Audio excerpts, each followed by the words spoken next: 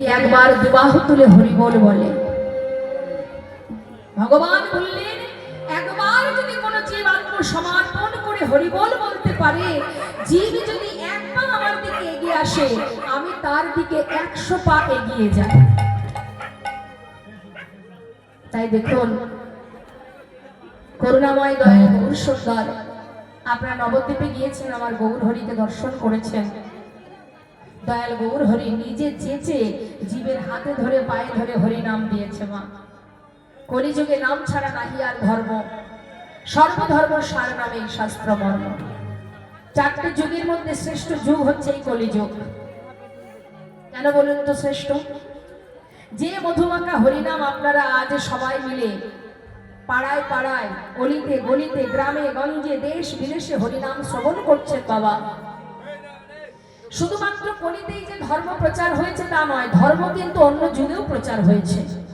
কিন্তু অন্যান্য যুগে ধর্মের একটা নির্দিষ্ট জায়গা ছিল। মা, যেমন মনে করুন দাপর যুগে ধর্ম প্রচার হয়েছে শুধুমাত্র বৃন্দাবনে, ওই 84 ক্রোশ বৃন্দাবনের বাইরে নয়।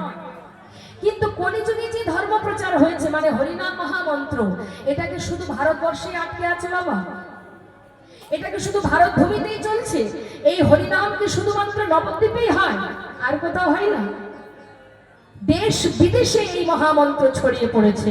তাই বিদেশি ভক্তরা যারা সংসার পরিবার সাথে করে নিয়ে, বলুন তো মা, আমরা মনে করি আমরা বেশি বুদ্ধিমান, যে মহাপ্রভুকে আমরা ঘরে পেয়েছি আমরা তাকে চিনতে পারলাম না।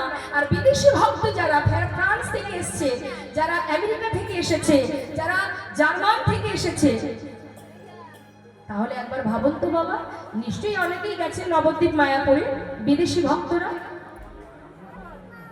তারা কি সব মূর্খ? কি মনে হয় বাবা? অশিক্ষিত তারা? কি বুঝলো তারা? যারা বড় বড় সার্ভিস করতেন, সবকিছুকে তুচ্ছ করে সন্তানকে নিয়ে, স্ত্রীকে নিয়ে, পরিবারকে নিয়ে মায়াপুরে নিতাই গৌরের চরণ তলে, গৌর গোবিন্দ চরণে নিজেকে সঁপে দিয়েছে। একটি ছোট্ট বাচ্চাকে একজন, আমরা গিয়েছিলাম যখন মায়াপুরে, মা, একটি ছোট্ট, সেই মেয়েটা ইংরেজ। এখন তাকে তার ভাষায় একজন সাধু 1 গ্লাস দুধ দিচ্ছে খাওয়ার জন্য। বাচ্চাটি তখন তার ভাষায় জিজ্ঞাসা করছে যে এই যে দুধ, এটা গোবিন্দের সেবায় লেগেছে তো, তবেই আমি খাবো, না হলে খাবো না।